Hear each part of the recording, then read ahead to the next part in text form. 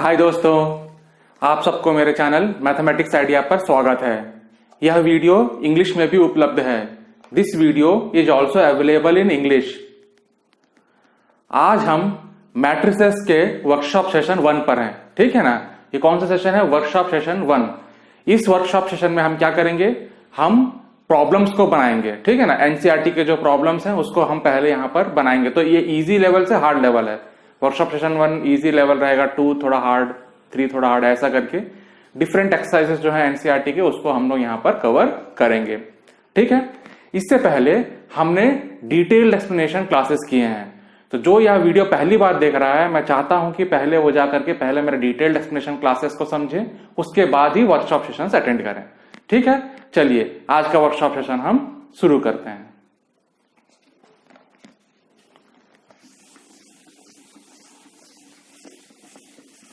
तो हमारा पहला प्रॉब्लम है कि ये मैट्रिक्स जो है, इन अ मैट्रिक्स ए, ये जो है ये 3/4 का मैट्रिक्स है, ठीक है ना। इसमें कितने रोज हैं? 1 2 3 रोज हैं। और कितने कॉलम है? 1 2 3 4 कॉलम है। तो ये 3/4 का मैट्रिक्स है, ठीक है ना। तो यही पूछ रहा है कि पहला कि ऑर्डर ऑफ द मैट्रिक्स क्या है। तो ये मैट्रिक्स का ऑर्डर क्या है? 3/4। तो मैट्रिक्स इसका हो गया ऑर्डर 3/4 का ऑर्डर हो गया, ठीक है। तो पहला क्वेश्चन हमने सॉल्व कर लिया। तो दूसरा पूछ रहा है कि इसमें कितने सारे एलिमेंट हैं। तो हमको यह बताना है कि इसमें कितने एलिमेंट्स हैं। तो एलिमेंट्स बताने के लिए हम क्या करना है? Number of rows into number of columns कर देंगे तो इसमें हमको नंबर ऑफ एलिमेंट्स मिल जाएगा। तो इसमें कितने रो हैं? 3 रो। और कितने कॉलम हैं? 4 कॉलम। तो 3 गुना 4 कितना? 12। तो इसमें कितने एलिमेंट्स हैं? 12 एलिमेंट्स। आप गिन भी सकते हैं, 1 2 3 4 5 6 7 8 9 10 11 12। तो टोटल कितने एलिमेंट्स हो गए? 12 एलिमेंट्स हो गए इसमें, ठीक है। उसके बाद अब ये एलिमेंट्स क्या क्या है पूछ रहा है। A13 क्या है? A13 में 1 क्या है? रो नंबर है। और 3 क्या है? Column number. तो कौन सा एलिमेंट ऐसा है जिसका रो नंबर 1 है और कॉलम नंबर 3 है? ये 19। तो A13 हो गया 19। अब कौन सा एलिमेंट ऐसा है जिसका रो नंबर 2 है और कॉलम नंबर 1 है? रो नंबर 2 कॉलम नंबर 1 35 है। तो A21 जो हो गया वो हो गया 35। कौन सा एलिमेंट है जिसका रो नंबर 3 है और कॉलम नंबर भी 3 है? Row number 3 column number 3 -5। तो ये हो गया -5। अब A24 मतलब रो नंबर 2 और column number 4, row number 2 column number 4 मतलब 12। तो A24 हो गया हमारा 12। A23 रो नंबर 2 और कॉलम नंबर 3, तो कौन सा है? 5/2। रो नंबर 2 और कॉलम नंबर 3 में 5/2 है। तो ये हो गया 5/2। इसको डिटेल से समझने के लिए मैंने डिटेल्ड एक्सप्लेनेशन क्लास और इंट्रोडक्शन क्लास में समझाया हुआ है, ठीक है। अब जा करके पहले वो वीडियो देखिए तो आपको ये समझ में आ जाएगा कि इसको हमने कैसे फाइंड आउट किया है, ठीक है। इससे हमारा पहला प्रश्न समाप्त होता है। चलिए अब चलते हैं हम अपने दूसरे प्रश्न पर।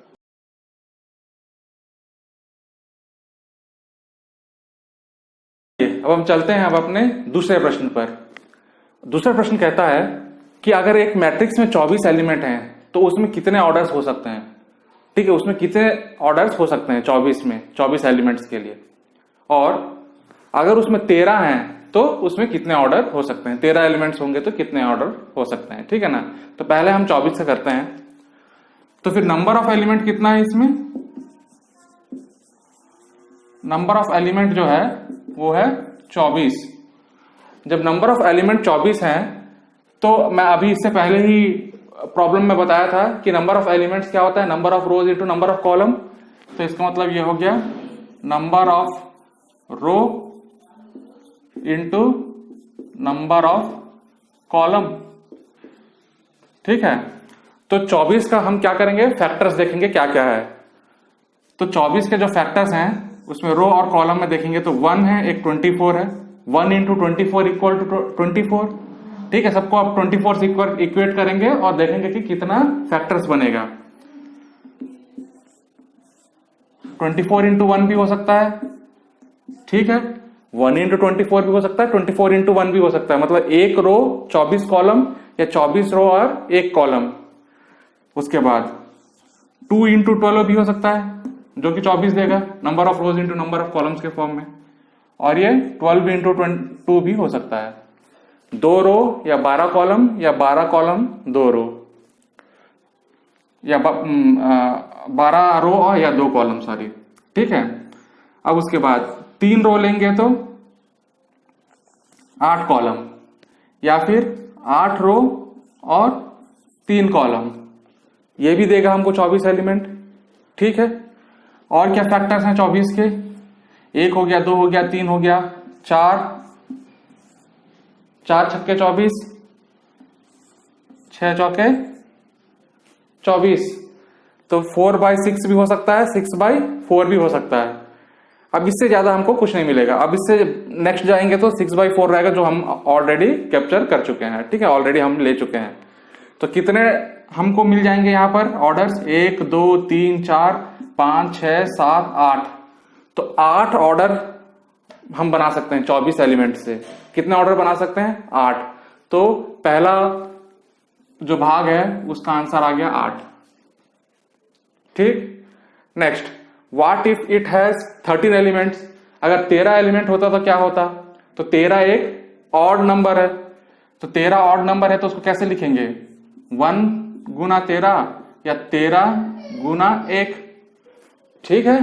तो या तो वो 1 गुना 13 के फॉर्म में होगा या फिर 13 गुना 1 के फॉर्म में होगा। मतलब 1 रो 13 कॉलम या 13 कॉलम 1 रो, सॉरी 13 रो 1 कॉलम, ठीक है। 1 रो 13 कॉलम या फिर 13 रो और 1 कॉलम, मतलब 1 कॉलम मैट्रिक्स, ठीक है।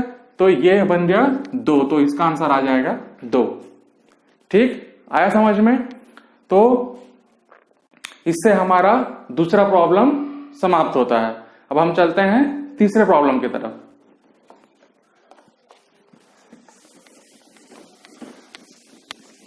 चलिए अब हम चलते हैं तीसरे प्रॉब्लम की तरफ।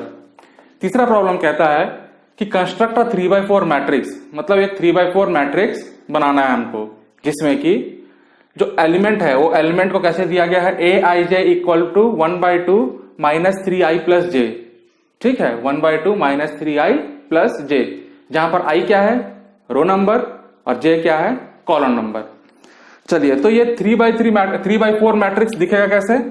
वो 3/4 मैट्रिक्स ऐसा होगा, A12 A21, सॉरी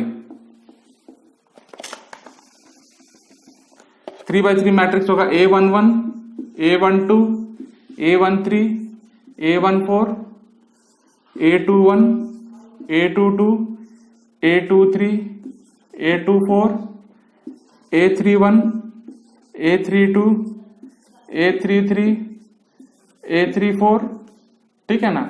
ये हो गया मेरा 3/4 मैट्रिक्स। अब इसके सारे एलिमेंट्स को हम कैसे निकालेंगे? तो सबसे पहले हम निकालते हैं A11। A11 के लिए i का मान 1 और j का मान भी 1, तो ये हो जाएगा हाफ ऑफ -2, जो कि हो गया -1।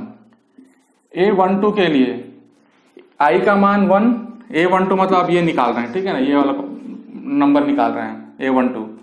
A12 एलिमेंट के लिए i का मान 1 j का मान 2, तो ये हो गया -1/2।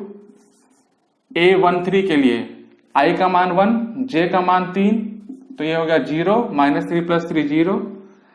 A14 i का मान 1 j का मान 4, तो ये हो गया 1/2। उसके बाद आएगा A21 के लिए ये वाला एलिमेंट, A21 एलिमेंट, तो A21 के लिए i का मान 2 और j का मान 1, तो -5/2। A22 के लिए i का मान 2 j का मान 2, इसका मतलब -2। A23 के लिए i का मान 2 j का मान 3, तो ये हो गया -3/2, ठीक है।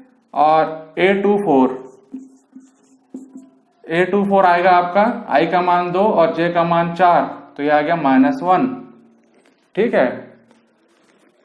अब और A31 के लिए i का मान 3 j का मान 1, तो ये हो गया -4। A32 के लिए i का मान 3 j का मान 2, ये हो गया -7/2। A33 के लिए ये हो जाएगा -3। A34 के लिए i का मान 3, j का मान 4, तो ये हो गया -5/2। ठीक है, तो ये हो गए हमारे सारे एलिमेंट्स। अब सारों को आप यहां रख दीजिए तो वो बन जाएगा ये मैट्रिक्स। तो सारा का सारा मैट्रिक्स अब क्या बन जाएगा, A11 क्या है अपना -1, तो यहां रख देंगे -1। A12 क्या आया है -1/2, तो ये हो जाएगा -1/2। A13 क्या होगा 0, तो A13 0। A14 क्या आएगा 1/2, तो यहां पर रख देंगे हम 1/2। ठीक है, उसके बाद A21 क्या आया -5/2, तो ये हो जाएगा -5/2। अब A22 क्या है -2, तो -2। A23 -3/2, तो ये हो गया -3/2। A24 -1, तो ये बन गया -1। A31 -4, तो ये हो गया -4।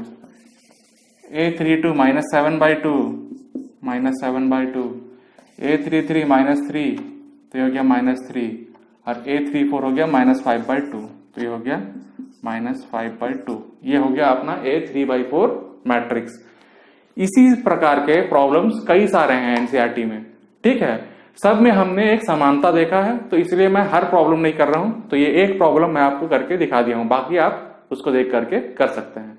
ठीक है, चलिए अब हमारा तीसरा जो प्रॉब्लम है वो यहां पर समाप्त होता है। हम अब चलते हैं चौथे प्रॉब्लम की तरफ।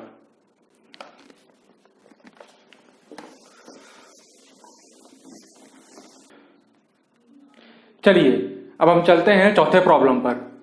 ये चौथा प्रॉब्लम कहता है कि एक्स वाई जेड का मान बताना है कि एक्स वाई जेड का मान कितना होगा, जबकि ये मैट्रिक्स और ये दो मैट्रिक्स इक्वल है। तो ये दो अलग अलग प्रॉब्लम है। ये पहला प्रॉब्लम है जिसमें कि ये 2/2 मैट्रिक्स ये 2/2 मैट्रिक्स के इक्वल है, और ये एक दूसरा प्रॉब्लम है जिसमें कि ये कॉलम मैट्रिक्स जिसका कि ऑर्डर 3x1 है वो इसके इक्वल है, 9 5 7 के इक्वल है। ठीक है ना, तो पहले हम इसको सॉल्व करते हैं। तो इसमें देखेंगे कि पहले जब x + y है ये 6 के इक्वल है। ठीक है ना, तो ये दोनों इक्वल है, मतलब 1 1 जो है इसके 1 1 के इक्वल होगा। ठीक है ना, A11 इसका A11 इसके के इक्वल होगा। तो ये हो गया x + y = 6। ठीक है, x + y = 6। उसके बाद z के मान के लिए ये दोनों को इक्वेट कर देंगे, तो आ जाएगा हमारा 5 + z = 5।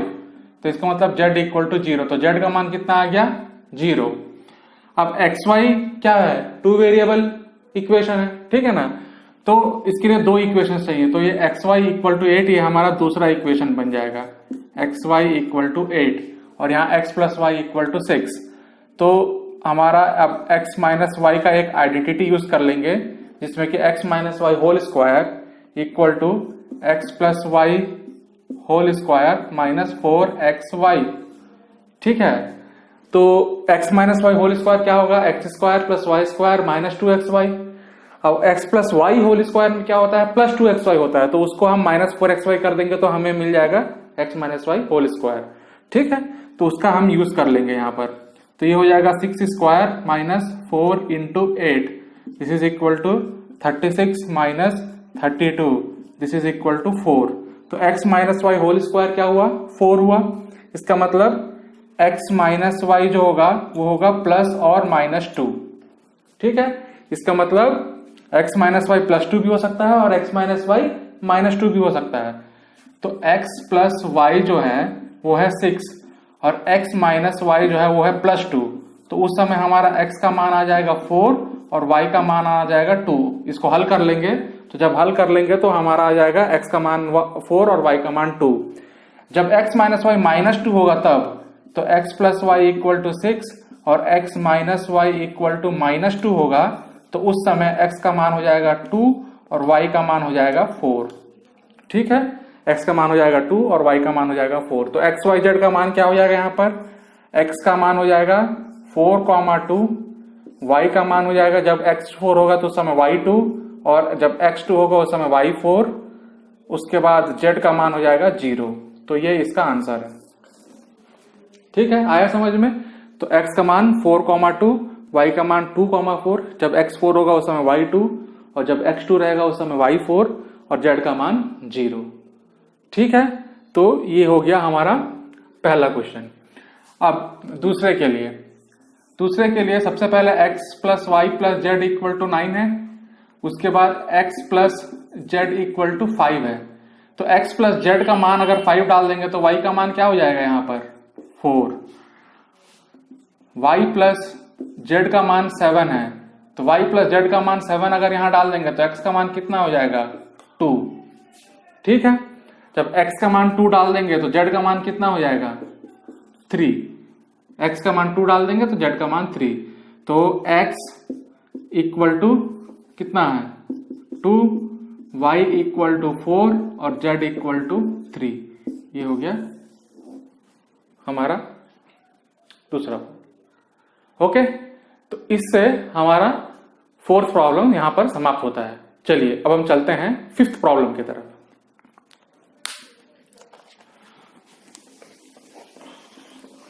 अब हम चलते हैं पांचवें प्रॉब्लम पर।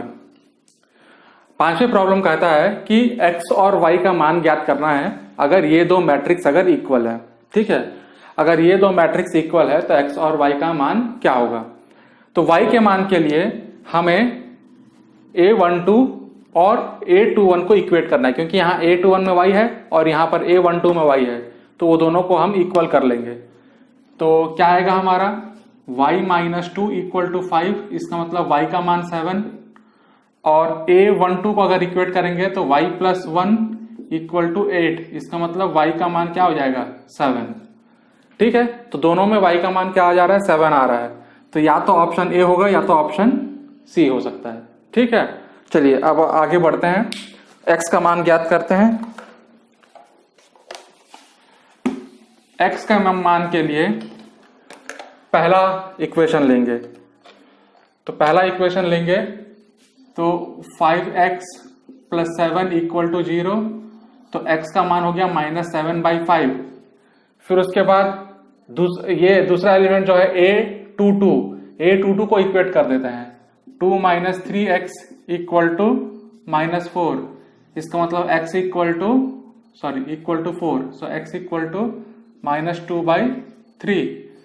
तो यहां पर x का मान दो अलग अलग आ रहा है, -7/5 और -2/3, जबकि y का मान पहले हम देखे थे कितना आया था, खाली 7 ही आया था। ठीक है, तो इसलिए x का मान यहां पर दो वैल्यू आ रहा है, इसलिए it is not possible to find. ठीक है, तो हमने क्या किया, हमने पहले a12 और a21 दोनों को इक्वेट करके y का मान ज्ञात किया, तो y का मान कितना आया 7। जब x का मान हम ज्ञात कर रहे हैं तो a12 से हम ज्ञात किए तो हमारा x इक्वल टू -7/5 आ रहा है, और a22 से जब कर रहे हैं तो हमारा आ रहा है -2/3। ठीक है ना, a11 से क्या आया -7/5 और a22 से आया -2/3, तो दो वैल्यू आ रहा है हमारा x का। ठीक है, तो दो वैल्यू आने के कारण इसका क्या होगा, आंसर होगा नॉट पॉसिबल टू फाइंड। ठीक है, हम इसको नहीं ज्ञात कर सकते इससे। ठीक है, चलिए अब हम आगे बढ़ते हैं प्रॉब्लम नंबर 6 पर।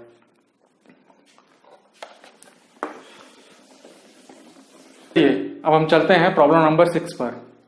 प्रॉब्लम नंबर 6 कहता है कि एक 3x3 मैट्रिक्स है, तो कितने 3x3 मैट्रिक्स पॉसिबल हो सकते हैं जबकि उसमें एंट्री 0 या 1 हो। ठीक है, a number of possible matrices of order 3x3 with entry 0 और 1 इज, यानी 0 हो या एंट्री या 1 हो, मतलब एलिमेंट या तो 0 हो सकता है या तो 1 हो सकता है, तो कितने पॉसिबल हो सकते हैं। ठीक है, तो 3x3 मैट्रिक्स जो है मेरा 3x3 मैट्रिक्स ऐसा होगा। ठीक है, तो उसमें पहले में 2 एंट्री, दूसरे में 2 एंट्री, तीसरे में फिर 2 एंट्री, ऐसे ही 2 एंट्री हो सकता है। तो ये 2 एंट्री क्या क्या है, 0 और 1 है।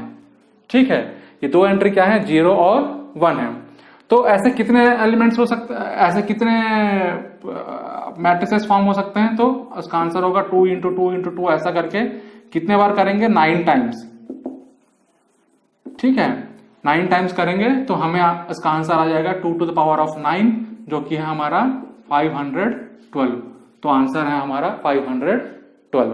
ठीक है, तो अब इसमें गुणा ही क्यों किए, तो इसका रीजन ये है कि हम एक नॉर्मल एक मैट्रिसेस ले लेते हैं जो कि एक रो मैट्रिक्स है। तो ये है 1/2 का, ठीक है। ये 1/2 में अगर मान लीजिए पहले में मैं 0,1 लिख सकता हूं और दूसरे में 0,1, तो इसको दो तरीके से और इसको दो तरीके से, तो कितने सारे मैट्रिसेस पॉसिबल होंगे इसमें? 4, 2 इंटू 2 4 हो जाएंगे। तो अब देखते हैं कि 4 कैसे बनेंगे। तो 0 0 ये एक हो सकता है, एक हो सकता है 1,0, एक हो सकता है 0,1 और एक हो सकता है 1,1। सॉरी, कॉमा नहीं लगाना है, ये हो जाएगा 1 और 1। तो कितने हो गए? 1 2 3 4, तो 2 इंटू 2 4। तो वैसे ही इसमें कितने सारे 2 हैं? 9 बार आया है 2, तो इसलिए हमने 9 बार इसको मल्टीप्लाई किया है। तो हमें मिल गया 2 टू द पावर ऑफ 9, जो कि होगा 512। ठीक है, चलिए इससे आज का क्लास यहां पर समाप्त होता है और आगे के क्वेश्चंस के लिए वर्कशॉप 2 में बने रहिए। अगर आपको मेरा वीडियो पसंद आए तो please press like, share and subscribe और आगे के सेशंस के लिए मुझसे बने रहिए। Thank you.